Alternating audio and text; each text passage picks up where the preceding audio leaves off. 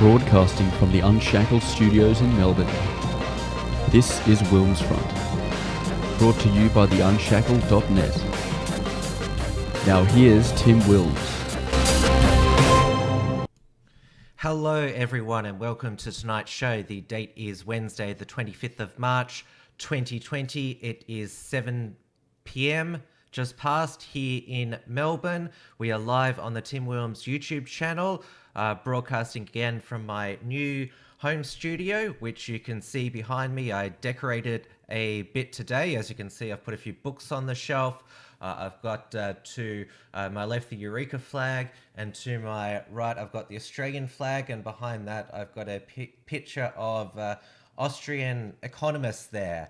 And for those who don't know, the Austrian School of Economics, you might recognize some of the names: Ludwig von Mises, Murray Rothbard, and Friedrich Hayek. The main, I would say, lesson from Austrian economics is that that constant inflation by central banks and governments leads to economic collapse, crashes, and ruins, which is sort of what we're seeing now. Obviously, the coronavirus has assisted our economies. It's pricked the bubbles, seeing us go into recession, perhaps even depression, or something worse. If you have any ideas for decorations, please let me know either in the chat or send me a message via Telegram or email. But let's begin with the latest on the Australian coronavirus figures. So it was a better day today, I would say, in terms of new cases of coronavirus. There was no deaths. So this is from health.gov.au. As of 3 p.m. on 25th of March 2020, there have been 2,423 confirmed cases of COVID-19. In Australia, there have been 287 new cases since 3 p.m. yesterday. So only 287 since 3 p.m. yesterday. That is, we have a reduction in new infections. If we have a look at, this is the overview of cases here. And as you can see, the cumulative cases you see during this month, it's just gone up here. But have a look here. This was 2 days ago on the Monday. You saw 400 new cases. It's went down to around 300 yesterday to around 200 today. So that is quite promising that these, as the Chief Medical Officer, Professor Brendan Murphy said, the latest containment measures, they are draconian, but if this is anything to go by, gives us promise that these containment measures are working and we can flatten the curve and can defeat the coronavirus in less than 6 months. If we go further down here, I don't think I've showed you this wagon wheel. Australians confirmed cases of acquired COVID-19 overseas by region. As you can see there, Central and Southern Asia, Northeast Asia, hardly any coronavirus cases in Australia came from, even though the virus was, of course, born in China. But you have a look, Europe, almost half of Australia's infections came from Europe here, and we see about a third here came from the Americas there. So it is, as I said, it's a virus that has been spread by globalists. Obviously, it was born in China. Now, Prime Minister Scott Morrison, not too long after I finished the Tuesday night edition of WilmsFront, initiated what's been called Stage 2 lockdown last night, which means that leaving Australia is now completely banned. You cannot travel overseas unless you've got aid work or you're attending to some emergency overseas work. So we are basically banned now from leaving this island nation and state border controls have tightened. Tasmania is basically its own island nation at the moment, and Victorian Premier Daniel Andrews today said that we will go into stage 3 lockdown. He doesn't know what that is yet, but he's flagged even stronger containment measures. And what we heard last night is that beauty therapy shops such as nail salons, tanning booths, they are now all forced to shut. So food courts in shopping centres, though retail outlets at shopping centres can remain open. Weddings are now limited to 5 people, which is the two spouses, the 2 witnesses, and the celebrant. Funerals limited to 10 people. And of course, we already knew that restaurants, pubs, clubs, and gyms were all to close, including places of worship. Now let's go around the world for the latest in coronavirus cases here. And as you can see here, I'm still struggling with a bit of a cough myself, which is why you should all stay at home. That's the best thing you can do. This is the message that's being repeated around the Western world now. Stay at home. Don't leave the house unless it's absolutely essential for work or to get essential supplies. Do not have friends over for dinner parties or drinks or barbecues, because the risk of spreading the virus is just too great now. But let's have a look at the global tally here. So Italy now has 6,820 deaths from coronavirus, 69,000 cases. And this is from worldometers.info, and they've added total deaths per million population now. So obviously, Italy, 1,144 total cases per 1 million population, 113 deaths per 1 million population. If you look at China here, they've only reported 47 new cases. They've only had 4 new deaths. 81,000 cases, but of course that's what we're going to get into tonight with Dave Lee. Do we believe these Chinese figures as well? Spain is now catching up to Italy in the amount of cases and the death toll as well.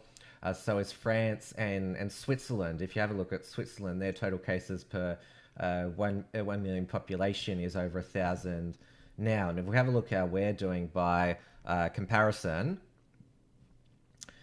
we're still at 91 cases per million population, death rate of 0.3. Only 8 people have died, no more since yesterday. So that is good news. But obviously, state governments, particularly New South Wales and Victoria, where the cases are rising more rapidly, they are certainly worried about their ICU beds being overwhelmed, hence why those state governments have been pushing for more stringent lockdown. And of course, you shouldn't just stay at home and leave the house unless it's absolutely necessary, not because the government tells you to, but because it is the right thing to do by your community, fellow man, and by your nation as well. We want to defeat this virus. There's been a better day today with less infections, but still a long way to go.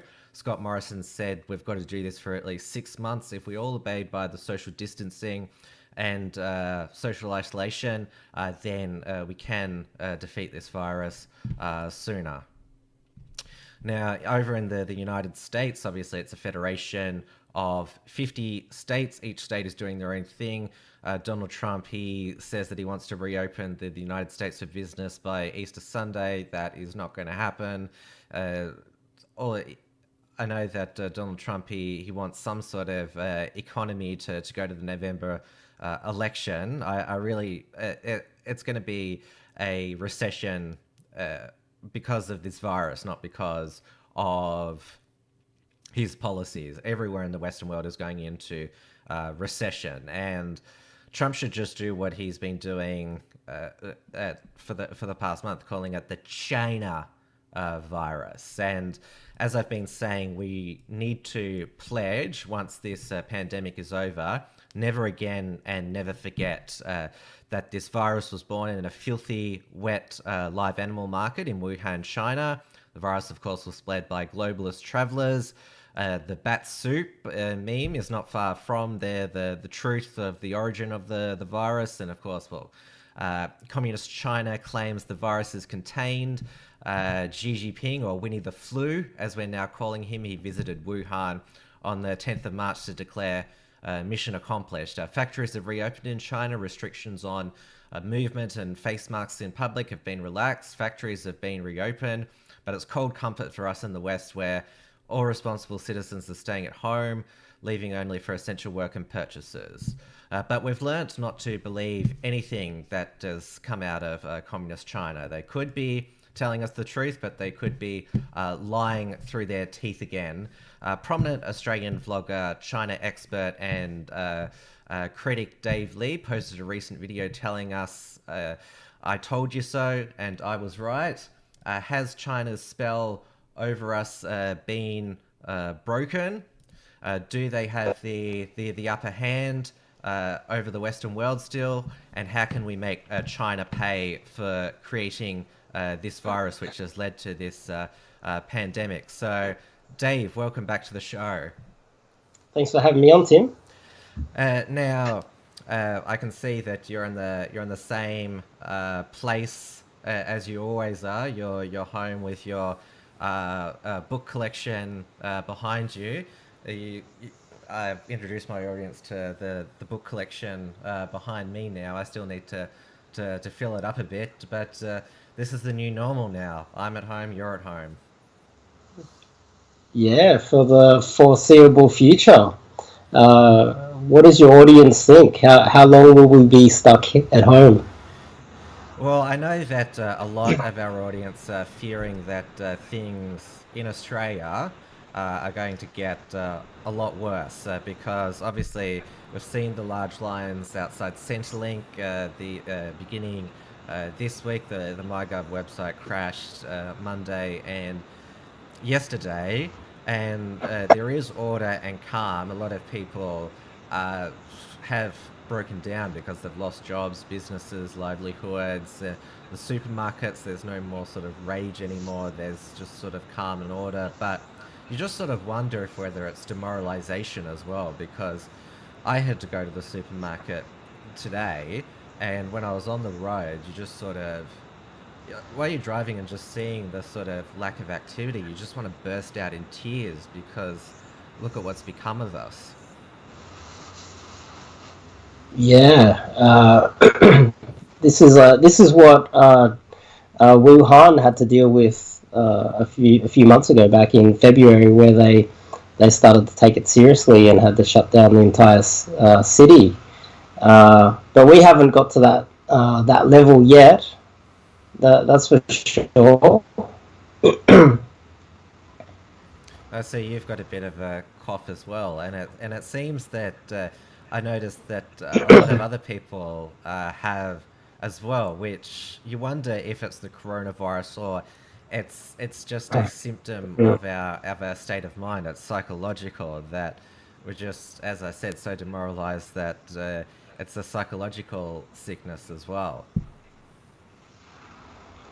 I don't think mine is, although the majority of people just get minor symptoms. I understand. What I did instantly was, I naturally don't trust the media. I see a lot of fake news, even today, fake news, and then you go fact check them and you realize that they're lying. So what I did was, I instantly went online and tried to track down people who were uploading videos of themselves, because if you've caught the coronavirus, one of the most common things that people do is they go online and put a video up of them explaining what they're going through. And the vast majority of people that you see online with the coronavirus just have mild symptoms. They get a small fever. It gets to, say, 37.5, 38 degrees, and they have a dry throat for about 24 hours, and they don't even really realize that they have this Chinese virus. Richard Wilkins, the celebrity Channel 9 reporter, he caught it from Tom Hanks's wife, Rita Wilson. He dialed into Today's Show from Skype, and he said, "I feel fine." That was it. But obviously, these containment measures are designed to protect the vulnerable, the elderly, those with pre-existing conditions, disabilities. But it's led to a blasé attitude amongst young people. We saw at Bondi Beach over the weekend, and there have been young people who have got the virus. It can significantly damage their lung capacity and lead to respiratory issues later in life. And you mentioned that some young people have recorded videos saying, "Look, you may think you're young and healthy, but look at me now." Oh, well, the videos that I saw were all people that were healthy and didn't really have symptoms that were that bad.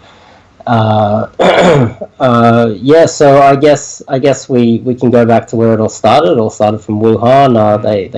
They covered it up. We discovered now that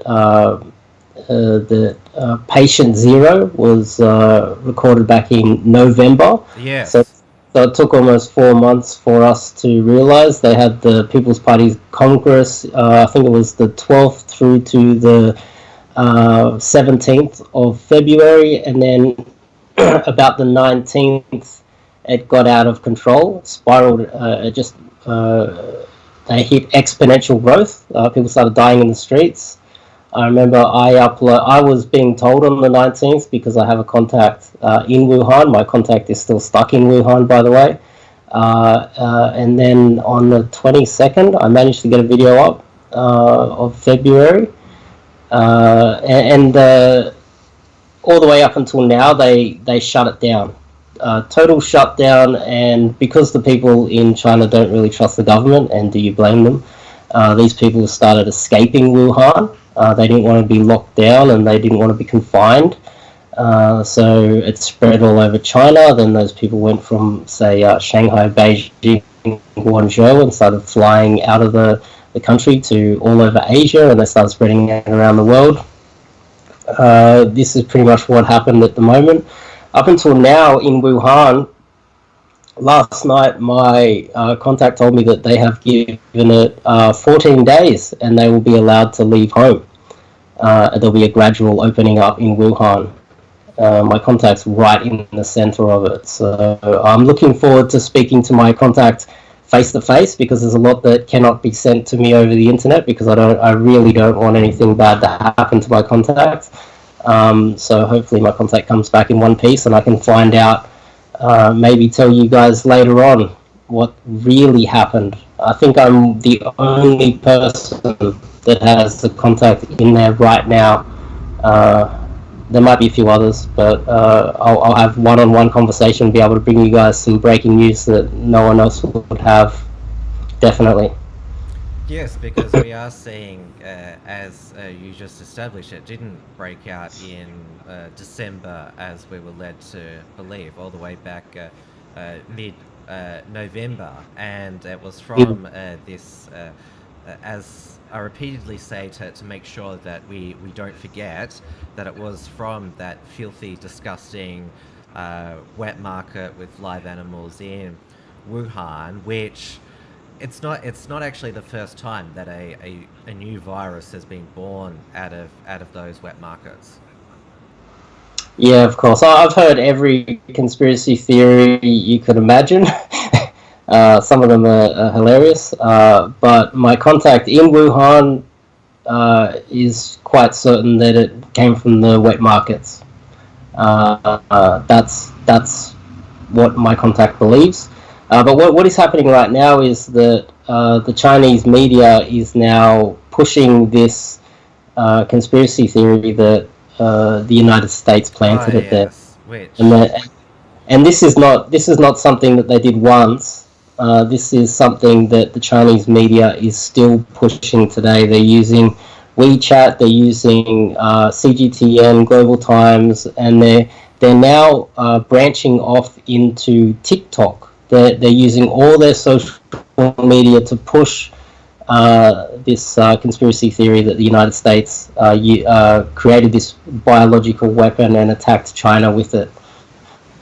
So the rhetoric out of China is sounding very North Korean at the moment. I've got to tell you right now that it is the worst rhetoric out of China that I have ever seen in my life. It is North Korean style propaganda. It is the worst that I've ever seen out of China, which is very scary for the rest of Asia.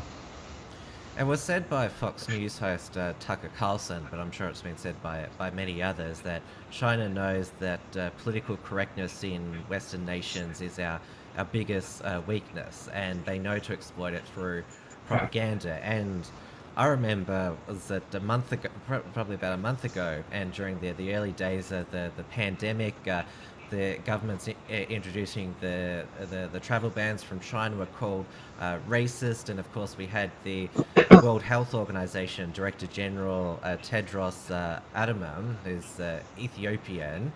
He's been accused of being a Chinese puppet. They were slow to declare a pandemic. He said the stigma was worse than the disease. And of course, when we saw the Chinese restaurants in our major cities begin to be deserted, we were all encouraged to go for a meal at our local Chinese restaurant. What sticks out to me is Sky News host Gary Hardgrave, former minister in the Howard government, said it's your civic duty to go out and have a meal at your local Chinese restaurant. Wow, okay. Even today, CGTN is pushing the rhetoric that there's racism against Chinese people. They're having continuously on every day they're interviewing Chinese living in Western countries and asking them the same question: do you feel safe? Are you?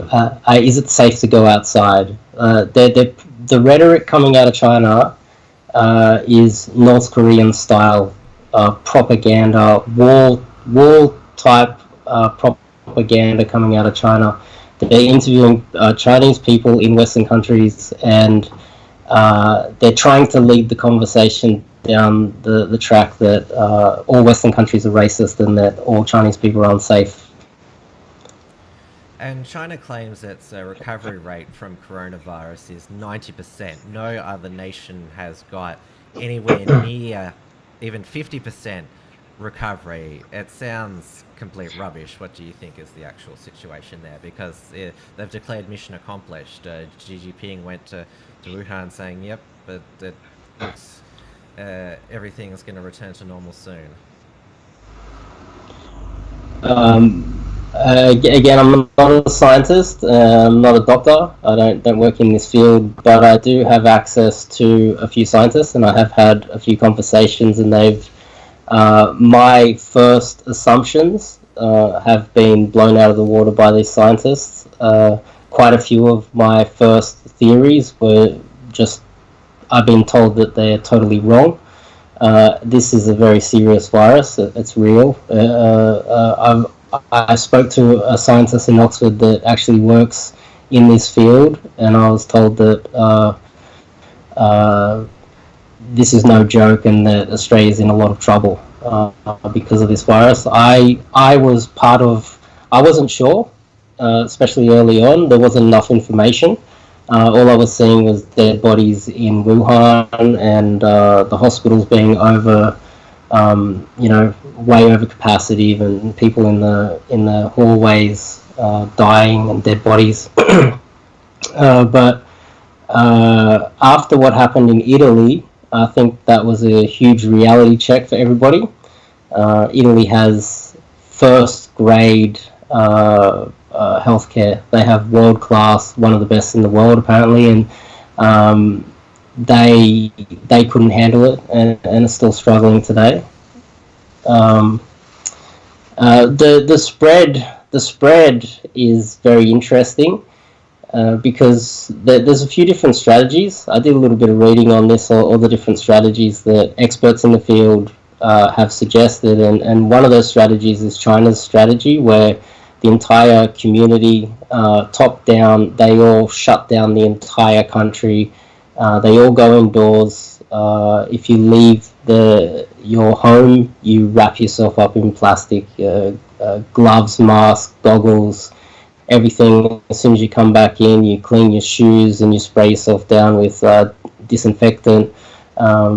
China's has whole teams of people with what looks like leaf blowers spraying disinfectant in the street, just spraying it all over the place. They've retrofitted trucks to spray it into the air because it's a virus that spreads through the air. They've gone all in on this, and it's been quite a long time still. Our strategy isn't quite. They haven't been communicating too well what the strategy in Australia is. Are we going to just try to flatten the curve, or are we just going to slowly break it down and then do an entire lockdown? It's hard to tell what the story is. Even today, we still don't know because schools are still open, which is interesting. In Victoria, yeah. they've shut down the schools. Daniel Andrews on Tuesday declared term 1 officially over, and we don't know whether they'll come back. You mentioned the conspiracy theories, and I know that early on in the coronavirus outbreak, Luke Rudowski of We Are Change and also Zero Hedge, they were reporting the theory that this virus was born in a Canadian bioweapons lab, which was stolen by the Chinese, and either because there's a bioweapons facility next to Wuhan, it may have been released accidentally or on purpose. And I just want to play this clip from Bronwyn Bishop, who's a former federal MP for the Liberal Party. She was Speaker of the House in her final term of Parliament here. This is her theory about the origins of the coronavirus and its purpose. It is to get rid of non-productive Chinese in the Chinese community who are non-productive and therefore, in the words of George Bernard Shaw, should be eliminated so they don't have to be fed. Whoa. Secondly, it is to either export the virus into the United States and other parts of the world, or at least fear of the virus. And thirdly, to test whether or not it is possible for this sort of action to send the Western world into recession. I just don't know what corner of the dark web you've been hanging out there in, Bronwyn, but I mean, as far as conspiracy theories go, that is completely nuts. So Bronwyn Bishop, obviously she's not a random nutter. She was a politician for 30 years, but she has come up with other weird theories before. The most, I would say that the most bizarre that she's come out with is that Daniel Andrews placed Victoria's heroin injecting room next to a primary school because he wanted children to become addicted to drugs, which seems quite ridiculous. But I've been thinking about what she said, and you couldn't put it past the Chinese. I haven't. I couldn't hear the audio. Yes. What did she say? She believes that it was a bioweapon to kill off the non-productive Chinese, export it to the West to see if they can cripple our economies. Okay. Well, I don't have a very positive view of the Chinese Communist Party. They don't believe in human rights. If you look at Tibet, Xinjiang, the way they're treating the people in Hong Kong, they threaten to invade Taiwan on a daily basis. There's a lot of theories out there. I would stick to just focusing on dealing with this virus as it is. And I guess later on, when all the dust settles, we can try to figure out what went wrong. At the moment, we do know that it came from Wuhan. That's the epicenter, and it's still spreading. What I'm worried about is if we are able to contain it in Australia. The problem is if we are able to contain it independently, this economy can't run independent to Asia, and on our doorstep we have almost 1 billion people in third world countries where it's spreading rapidly. Part of the problem is that if we were to eradicate it, we could have more outbreaks happen after we eradicate it. And that's kind of the same problem that China may face as well, because this is the problem with the entire shutdown, is that you can shut it down and you can eradicate the virus, but then this is a highly infectious disease that can pop up at any moment anywhere in the country again, and then I guess, what's their option? They need to shut down Wuhan again, and that's what they're facing. And that is, I guess, part of the reasoning behind lowering the infection curve in Australia, because this theory of herd immunity that people talk about, I spoke to a scientist, and the scientist said that only really works if you have vaccines. We don't have vaccines. So what we're facing is a little bit more dire than even if 60% of the population were to contract it and start to create antibodies within themselves to fight it off. It might not play out the way we theoretically see it playing out. And that's why a lot of scientists are really worried at the moment, if that makes any sense. Yeah, I know that the live chat are complaining about the audio imbalance, so I've turned you down because, as I said to my audience last night, there's teething problems with this home studio setup. I have got a new audio interface, so it's not as good, obviously, as the main Unshackled studio, but I'll do my best to. I've just did Dave's audio, so is that? Let me know in the chat if that's a better audio level. The live chat, they tend to let you know if something's gone bad rather than something is going well. Instantly. There has also been this clip that has gone viral today of a Chinese lady allegedly coughing on the bananas in a supermarket and then getting detained by police. I'll just play that. Put your hands out. Put your hands out. You're resisting arrest.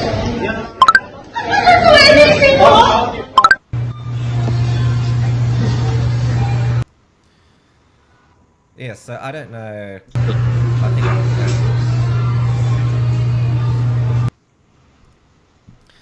yeah, so I'm not sure whether, because obviously there's a lot of clips that go online, you don't know whether to believe it or not. I know people have speculated that this unidentified woman is some Chinese communist agent trying to infect our food, but if that did happen the way it did, it shows that to contain this virus, there also needs to be a huge, great, significant amount of community compliance with the social distancing methods, the hygiene, to make sure that we can defeat the virus sooner rather than later.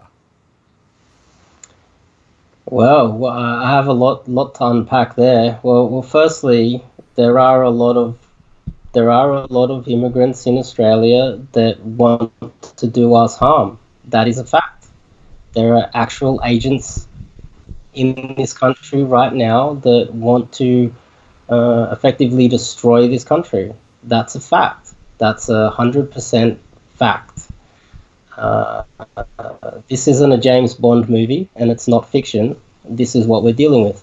And whether she was really coughing on the bananas or not, the fact of the matter is I've seen many videos of Chinese people in China actually doing that. It's been documented and proven. People can see it online. Some of the most famous ones are Westerners outside and they're filming, and then Chinese people coming over and actually spitting on the chair or spitting in a tissue and wiping it on the chair right in front of them. I even saw video of a guy in Wuhan in the drinks aisle actually picking up each drink at a time and spitting on each drink and just methodically going through every single drink and spitting on all of them. So that's been proven, and the fact that we have agents in this country is not a secret, and it's not a conspiracy theory, it's a fact. We have, even today, we are still dealing with this economy being built within our economy, and this is part of how I modeled this out. While everyone was saying that China is the savior of our economy, I was always saying that China wants to destroy this economy, overturn it, destroy us from within. And it's been a bittersweet couple months for me to see that play out. But it's continuing, you see. What has happened is businesses are started up in Australia with Chinese money. They hire Chinese people. They don't pay tax. All of the payments, the trade that is done within Australia is sent back to China. We have Alipay and WePay. Every transaction through WeChat, a percentage of each of those transactions is sent back to China. Now, our economy is struggling. We need to be focusing on making sure our domestic economy is airtight. And these are huge holes in our economy. WeChat needs to be banned literally overnight. Another factor is that WeChat, we have these Daigos that are sending our masks, sending our gloves, sending our disinfectant over to China, and they're making a profit while they're here.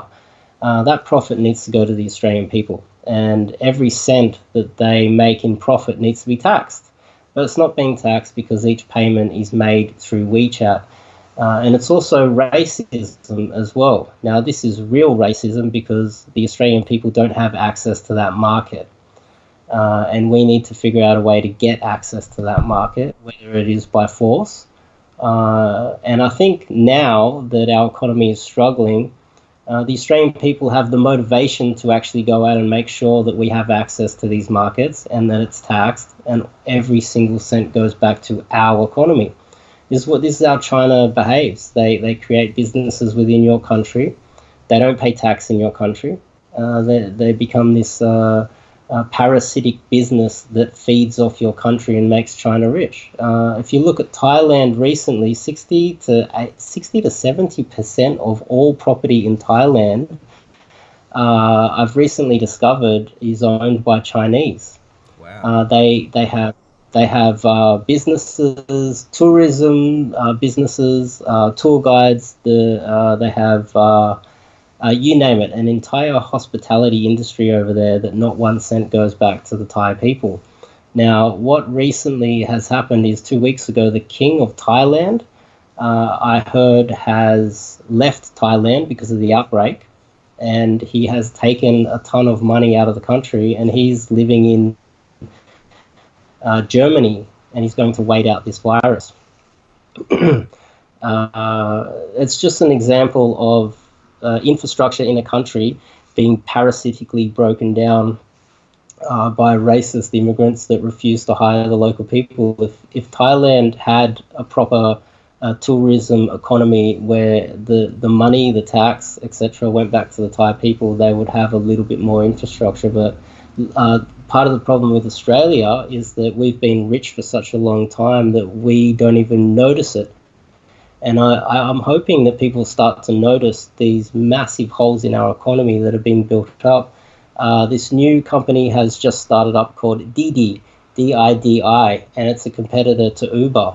It's come from Beijing. It's a Beijing-run company that wants to run all of our taxis in Australia. If they take they're trying to dominate every market in Australia and have every cent sent back to China. Where will that leave us? We will be Thailand. We will be Venezuela, and the only people with jobs will be Chinese people who have built this parasitic economy within our economy.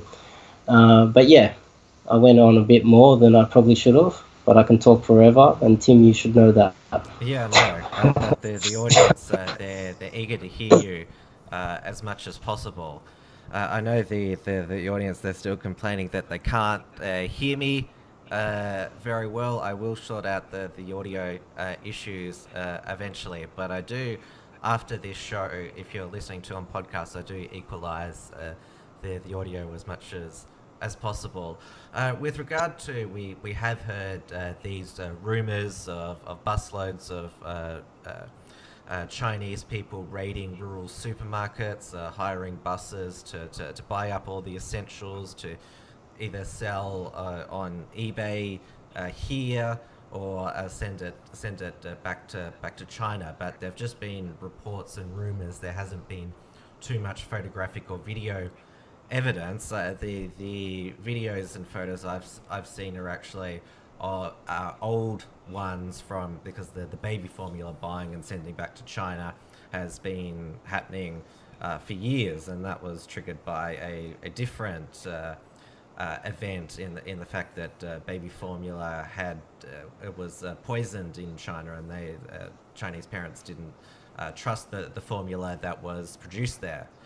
But you also mentioned the fact that we are so reliant on China that we've ridden this Chinese wave. But now, obviously, the reason why we have these shutdown and lockdown measures is because we don't want our health systems to become overwhelmed, and also because we don't have enough face masks, ventilators, and other medical supplies, and a lot of the parts for those are made in China, of all places. And I saw an article today that says that with the Chinese factories reopening, they're helping to make the ventilators and the face masks for Italian cities such as Milan. They say, we want to help.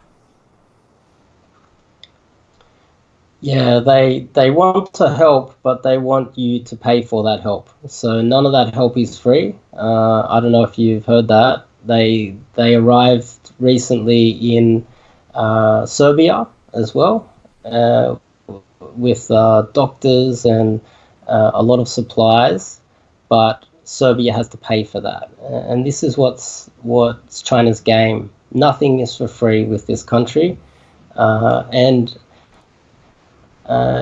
if you guys know what happened in World War II, while the early period of World War II, America wanted to avoid the war, and they just wanted to create products and trade with everybody and get rich. That's how they ended up with the world's gold. And China is setting themselves up to do that. And that's what they're doing right now. So while everyone's suffering and while the global economy is shutting down, China's going back online and they are selling the products that we need. China's officially won, in my opinion. They are now the global hegemon. They are now the leader of the world. They are producing the products that we need, and we have to pay them money for that. They are the leader. I've been saying that for a very long time. There's been quite a few people that have said that China's going to rise, but the voices pushing back against that even today are louder. But in my opinion, when we look back, this was the period that China came through and won. They are now the global hegemon. They're creating the products while we are printing money. And we're also a divided nation. So, as you mentioned, busloads of Chinese going to different areas of the country to buy products. That's not necessarily a bad thing. It's good for the businesses. But the problem is it shows a lack of trust in this country. And the reason why we don't trust each other is because we're not a united country. We're a multicultural country. People have and I've always, this has been part of my projection, is that when the only thing that was keeping this country together was world-class, strong economy. And when we start to see cracks in that, then we start to see division in this multicultural society. In a way, the panic buyers that we call them, and we like to publicly shame them, they're actually the most rational people in society, in my opinion. They're the most rational by far, because there's no reason to trust each other. I trust you, Tim. I trust the audience, but there's a lot of people in this country that I don't trust, and I have very good reason not to trust them. So they're, in fact, the most rational people, in my opinion. Yeah, sorry. Well, with regard to the panic buyers and those fighting over toilet paper, if they were proper doomsday preppers, they would have already done this. They wouldn't have waited until there was an actual global pandemic on the brink to do this. If you're actually rational, you would have known that something like this was going to come along. That's what I believe here. And you mentioned the division in our country, and we've seen both state and federal government leaders and ministers. The reason why they've had to go for these draconian containment measures is because they've struggled to overturn the individualistic culture that's developed in Australia and reinstill community duty, the national good to contain the virus. We saw Scott Morrison with his now famous "Stop It" speech with regard to panic buying, and then when the social distancing guidelines were issued for the weekend, we saw Bondi Beach full. We saw all the pubs and clubs; they were all full as well. People just didn't listen, and of course our politicians are partly responsible that they have broken the public's trust for so long. Why do people believe them? I guess the problem is the mixed messaging. So the government comes out and says something, and then the media will say something that flicks with that. So, for instance, my contact in Wuhan, they had to live out of the cupboards in their apartment for 6 days until deliveries were able to come to the front door. There was a backlog of orders of food. So if anyone was keeping an eye on what was happening in China, the panic buyers were in fact the most rational. So stocking up, if we were to shut down and take it seriously, because there's really three methods of shutdown. There's what South Korea did, which was test everyone, trace, isolate everybody, which was a fairly good strategy as well. The other strategy is obviously Wuhan, which is an entirely just shut down everything. And the third one is what I guess we're trying to do in the West, is flatten the curve, we call it, which is just let it run its course in a controlled manner. So they're the three strategies. But if we were to be shut down and locked inside, you need food. And there's a big difference between the Australian people and the Chinese people. And that difference is that you could get a 60-year-old man, arthritic old man, in the middle of Armageddon with this deadly virus around, and he's happy to put on a mask, put some goggles on, and start delivering food for a few dollars, right? How many Australians are willing to do that in this vast nation that we have that is spread out all over the country? It's not 11 million people squeezed into a small area. It's 25 million people spread over this massive landmass. So, in fact, there's more need to be panic buying. And then when the government comes out and tells us don't panic buy, it's like, hang on, do you want us to stay at home or do you want us to stay outdoors? Make up your mind, Scott. Because if you're going to stay indoors, you need toilet paper and you need food. If you don't, then, well, we'll just go walking in the streets and we'll go to the beach. Make your mind up. and that's the job as a politician, is to tell us and give us a plan. We're seeing the plan. We know what the plans are. It's either there's also a fourth model now. There's the South Korean model. There's the Wuhan model. There's flatten the curve, flatten the bell curve, which is Italy's. That obviously didn't work out too well.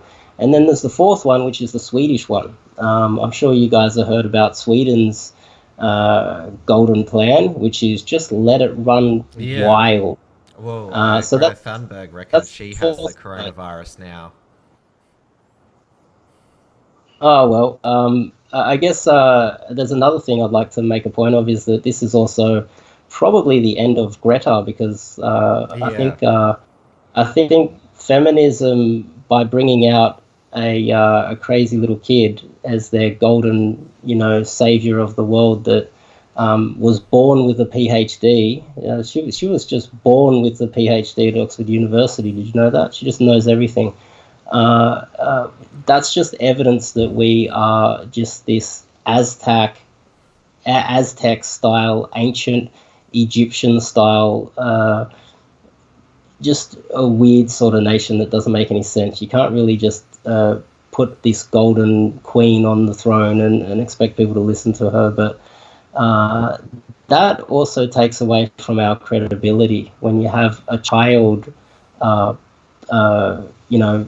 trying to dictate to presidents. We'll look back at this period and just think, really, we had a 16-year-old telling presidents what they should do. And really? supernatural bodies such as the European Union. She refused to shake the EU president's hand when they announced their 50-50 carbon neutral policy. Maybe she was just she was able to see into the future and knew that you can't shake hands anymore to contain the coronavirus. Maybe that's why she refused to shake the hand. Maybe.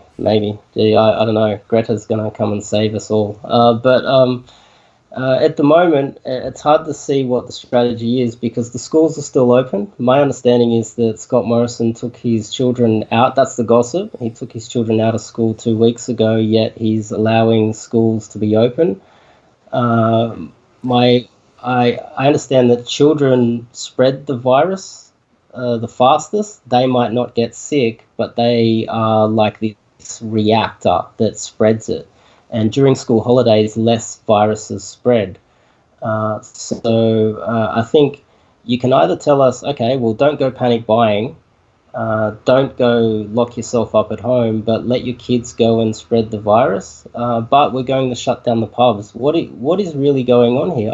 To be honest, I don't know what. I would have thought shutting down the schools would be the first goal. Step would be shutting down the schools so that it reduces the spread. Unless the goal is to try and get it up to, say, 10,000, because we're at capacity at about 45,000 cases. That's when our healthcare system is at capacity. So maybe they want to deliberately spread it while telling us the opposite. Don't go panic buy, relax, send your kid to school, spread the virus around. We'll get to about 20,000 cases, and then we will shut down everything. But in the meantime, you're not allowed to have fun and go to the pub. If Because that's true about Scott Morrison and taking his children out of school, then I'm surprised that Peter Van Onselen hasn't already reported this. You were speaking about Greta before. There's a lot of people who've been sarcastic, saying that the government should be sacked and Peter Van Onselen should be made Prime Minister, because he knows exactly what to do, because he's been such a great predictor of what's going to happen in our society. I'm not sure if you get what I'm getting at. A lot of people in our audience know what I'm talking about. But you talked about the South Korean model and the widespread testing. I know that Health Minister Greg Hunt, who is a technocrat, and he's sort of the guy that you sort of need at this time. He's been blowing the trumpet, saying that we're up to 162,000 coronavirus tests now. We're actually more per capita now than South Korea, which is the model for widespread testing. if that is the case, I would like to see regular temperature checks as well when you go into work, or well, the schools are open. If you go into a school, temperature check. That would be a sensible thing to do as well. And if you're above 37 degrees, go home. Yeah, I guess part of the problem with this virus is that they give the virus a rating.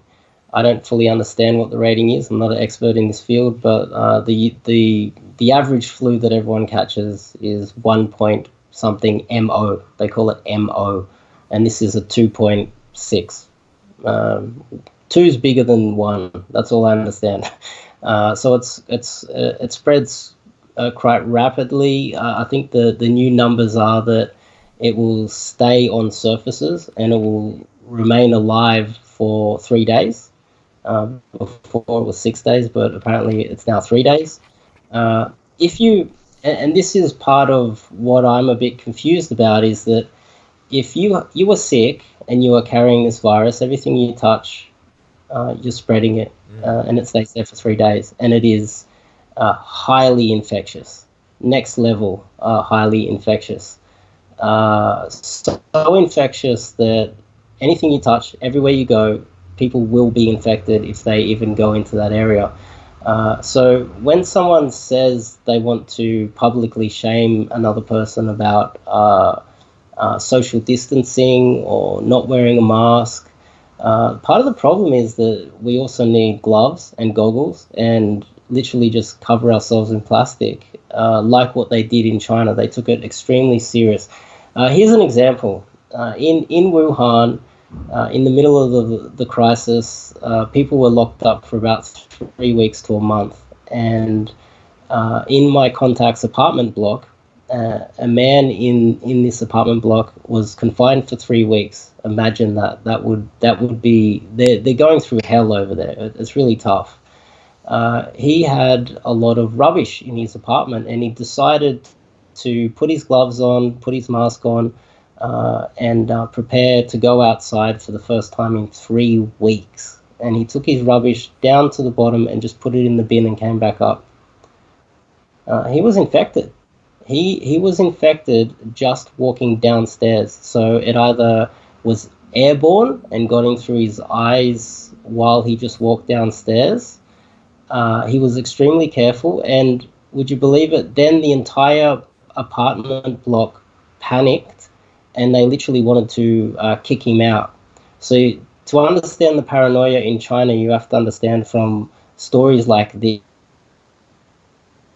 real life stories from real people in there. This is extremely infectious. And when I talk to my contact about this, my contact's telling me that we are in a lot of trouble because we're not taking it seriously enough. I hear people talking about masks and social distancing, but it's the way I see it. It's all or nothing. You have to go all in or nothing at all, because you might as well just not even wear a mask because it's so infectious. That's my understanding. Again, not a scientist, not a doctor. This is not something that I specialize in. These are just stories that I relay back to you from speaking to a scientist, and I got a contact over there. But that's what I've heard. It just seems so infectious that it's almost impossible not to catch the thing. I think our state and federal governments, they're heading towards the all-in approach, and that's certainly what Boris Johnson has done in the UK. His original policy was to try and create a herd immunity to it, but he immediately backflipped. And of course, if you're a politician, backflipping is incredibly damaging. But it was pretty much 180, and now he's pretty much locked down the entire country. So that's the sort of backflip that is a decisive one, and it is the most effective way to contain this highly contagious virus. I know you're very black-pilled about where we're going to be heading after this, and because we will eventually defeat this virus. We don't know. There's at least going to be economic carnage. Our governments have had to choose between either economic carnage or basically human carnage. But once this is over, and I'll reiterate my mantra that we must pledge never again, never forget. Obviously, we've had the Made in Australia campaigns for many years, but they've fallen on deaf ears. Thankfully, we still have our food security. Our farmers have told us we've got enough food to feed 3 Australias, but we might see businesses change track now when they source parts from overseas because they don't want to go to the wall if there's another pandemic. And obviously governments and the globalists, they'll want to reopen the borders and commence mass migration again as much as possible. And even international travel before the total travel ban, quarantine was appalling at all of our airports. And of course that disaster with the Ruby Princess. And we certainly need new national interest plans from our government. We need, it's been demonized for so many years, the idea of a national culture, identity, community. Australia Day, Anzac Day have been pilloried, but look at where we are now. Look at how people have behaved. We need to be more self-reliant and be more united.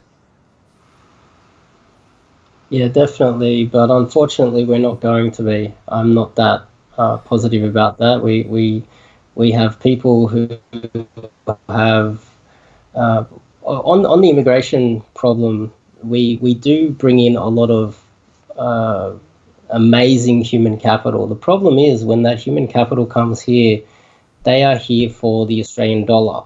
It's not here to become Australian, and we don't really push that on them. In fact, recently I went to a ceremony, a citizenship ceremony, just to see how off track we are. Last year I went to a ceremony, and the people who were running the ceremony were all immigrants themselves. There was no Australians there. If anything, I went in there and just argued with people because I was like, "Don't tell me what to do." I was just so angry. Actually, I was just so angry at what I was seeing. So what will happen is, if the Australian dollar collapses and the economy collapses, these highly qualified people will just go to where the next currency is. That's as simple as that. And that's what this country doesn't have this identity anymore. If you go in, I've also recently gone into RSLs, and when they play they tell everyone to stand up. You can go into the pokey area and you'll see all the Chinese sitting there pushing buttons. They don't want to stand up because that's not what they're here for. They're here for the Australian dollar. And part of the problem is there's a few problems with immigration. The first is that we get these awesome immigrants that are highly educated, they work hard, they come here to do some awesome things, but then they bring mum and dad, their wife, and all of these dependents. So what we do is we get one awesome immigrant and then we get 3 useless with ones. Our family reunion immigration policies. That is a huge issue, because then if the economy collapses, what happens is the most productive one, the one that is most useful, will then go offshore to go earn dollars somewhere else, and we are left with 3 dependents on the country.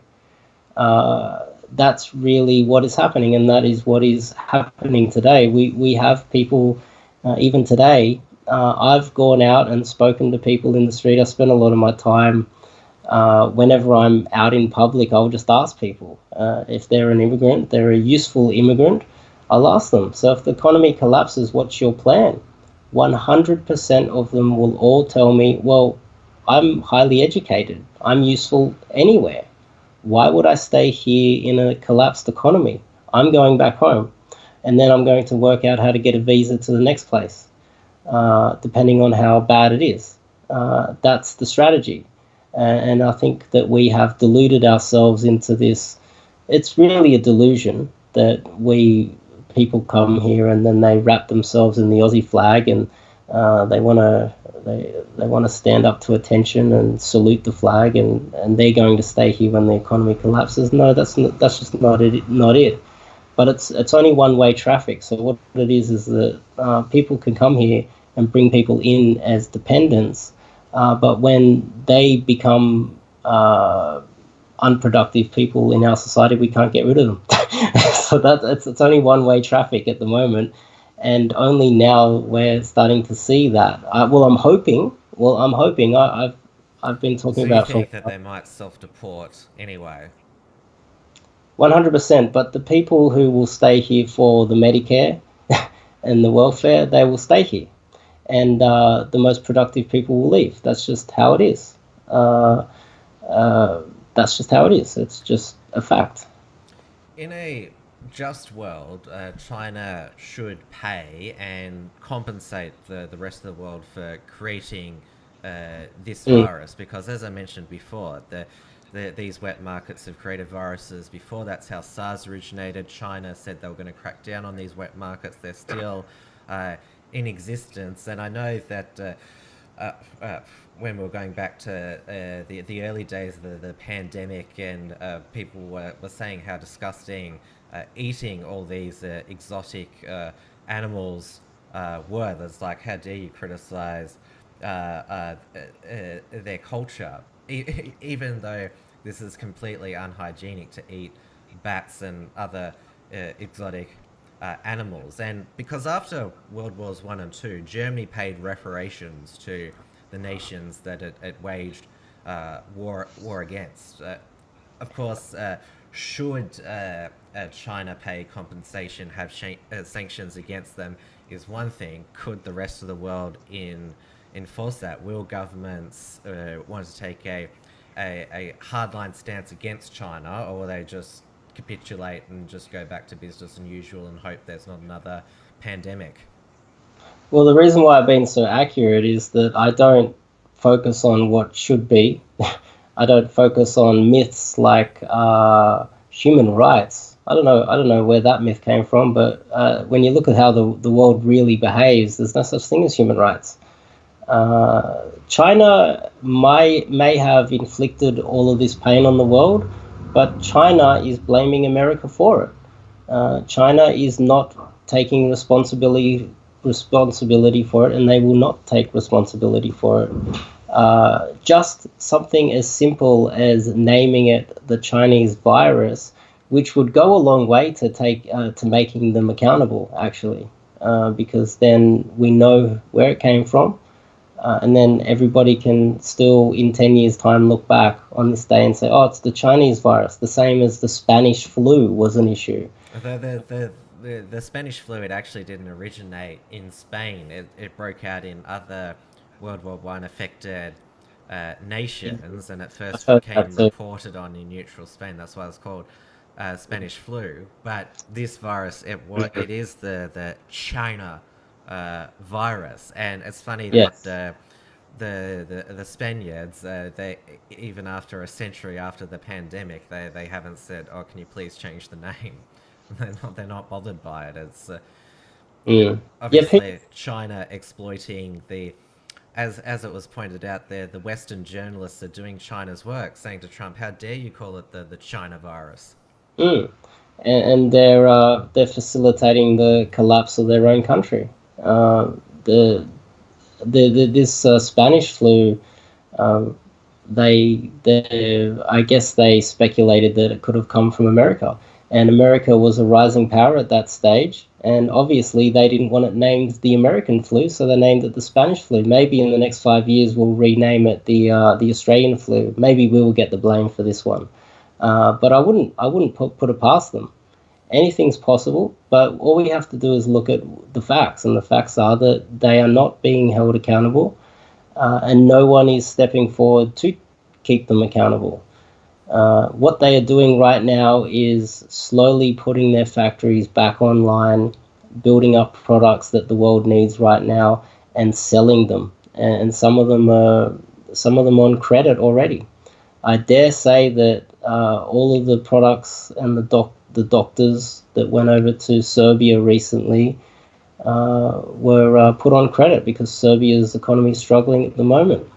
So China's profiting from what they caused. That's the reality of the world.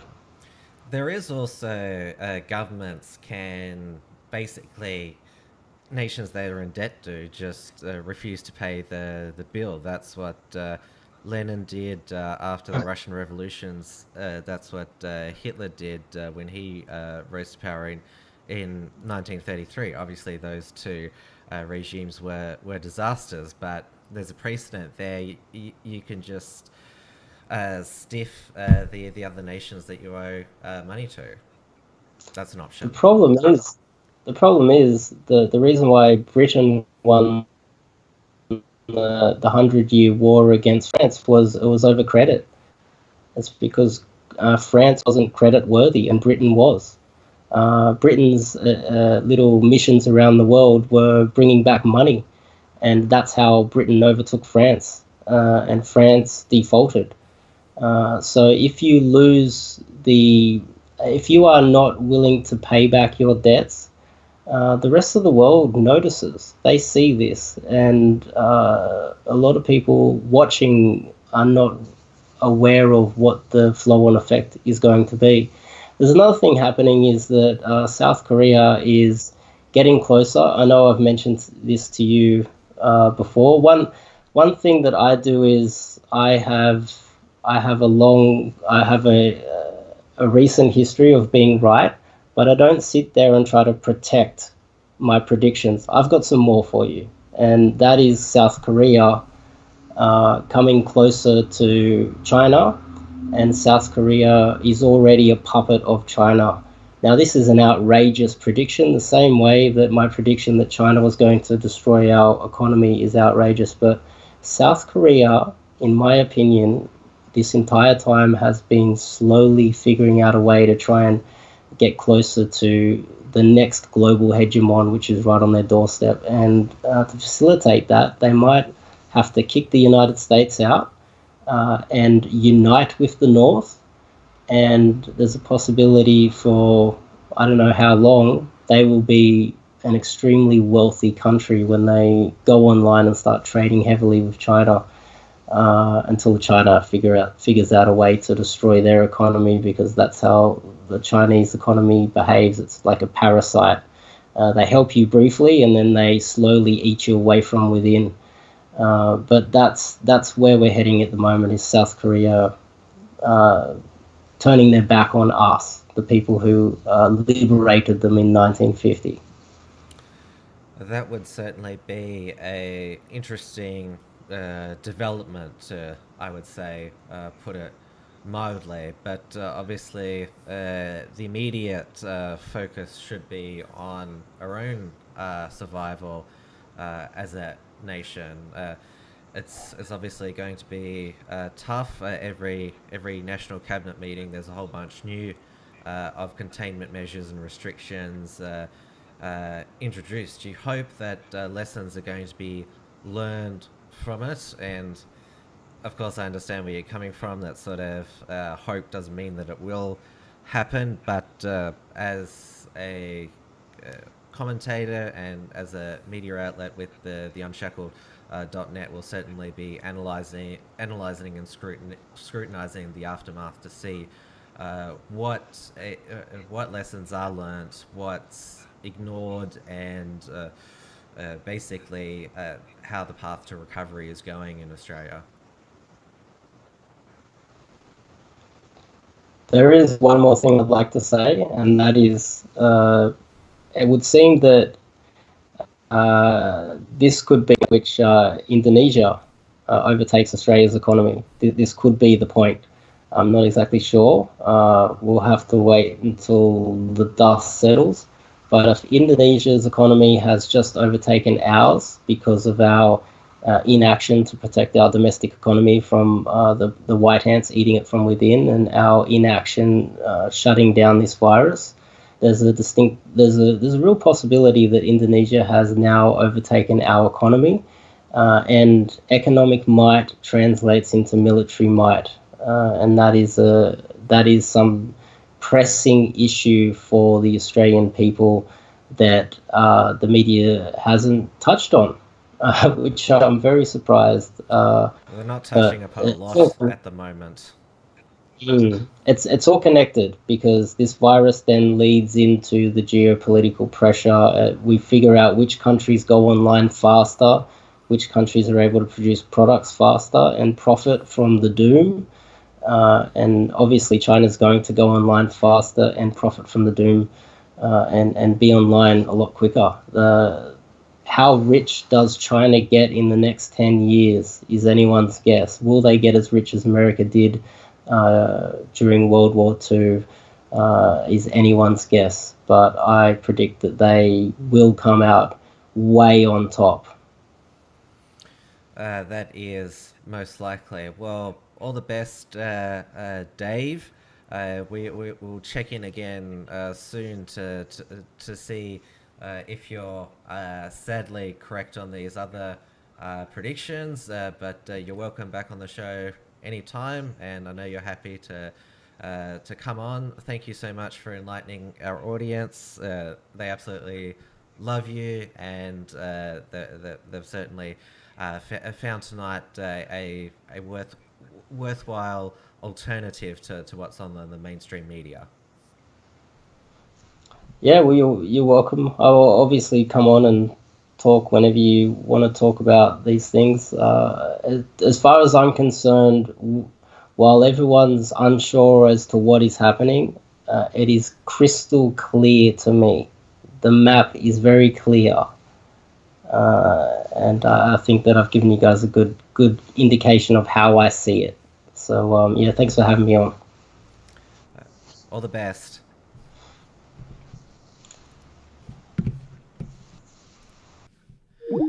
Oh, so that was Dave Lee there. And as you know, I'm trying to look on the, as it's called, the getting over the bridge to the other side. That's the sort of lingo here, and I hope that we do come out of this stronger. But I know Dave comes across as very black-pilled, but sadly he's been right in a lot of this. We're back to regular broadcasting now on WilmsFront and other Unshackled productions, which means tomorrow night's the Uncockables at 8:30 p.m. Melbourne time on the Uncockables YouTube. It'll be myself, David Hiscock, editor of the XYZ, obviously being his private residence, and we'll either be joined by Maddie Rose, James Fox Higgins, or Reg Penny, since he keeps missing out on Tuesdays. But Tuesday Uncockables will definitely be back next week. Don't go anywhere now, because Dia Beltran is up next with a weekly live stream on her YouTube channel. Her guest is Dr. Con Kafatares. I hope I've pronounced that name properly. It's obviously a Greek name. We have a lot of Greek fans of the show. I'm sure they'll let me know if I've pronounced it right. He is the founder and leader of the Australian Christian Alliance, which is a more grassroots, broad religious coalition lobbying for religious freedom. They're especially focused in New South Wales. That's where most of their support base is. They have a vocal advocate in the New South Wales State Parliament with Mark Latham of One Nation. And then at 10:30 p.m. Melbourne time tonight, that's when James Fox Higgins is back with another Patriarch Hour. Make sure, now that I've got settled in, more time to do the day-to-day editing of the Unshackled.net, we'll get more written content up shortly. And of course, I've still got to finish off the decorations here. As I said, any tips about what I should put in the background to dress this up nice, because everybody's doing the Skype in from home on the mainstream media now, and they've got all their book collections behind you, so it's sort of a race to sort of who's got the prettiest bookcase and home office behind them. So take care, everyone. Please do the right thing and stay at home. Don't leave unless it's absolutely necessary for work and to gain essentials. Look after your family. Use this opportunity to bond with your family. Learn to become more self-sufficient. Cook and also clean as well. We can learn a lot of life skills during this time. I'm off to cook myself up a storm for dinner in my kitchen. So that's what I'll be getting to next. So thank you so much for your company. I'll see you tomorrow night for the Uncockables. Good night, everyone. Thanks for tuning in to WilmsFront. Visit timwilms.com or Rational Rise TV to view the archive of episodes. And keep visiting theunshackled.net to view all our shows. And to keep up with the latest real news and analysis.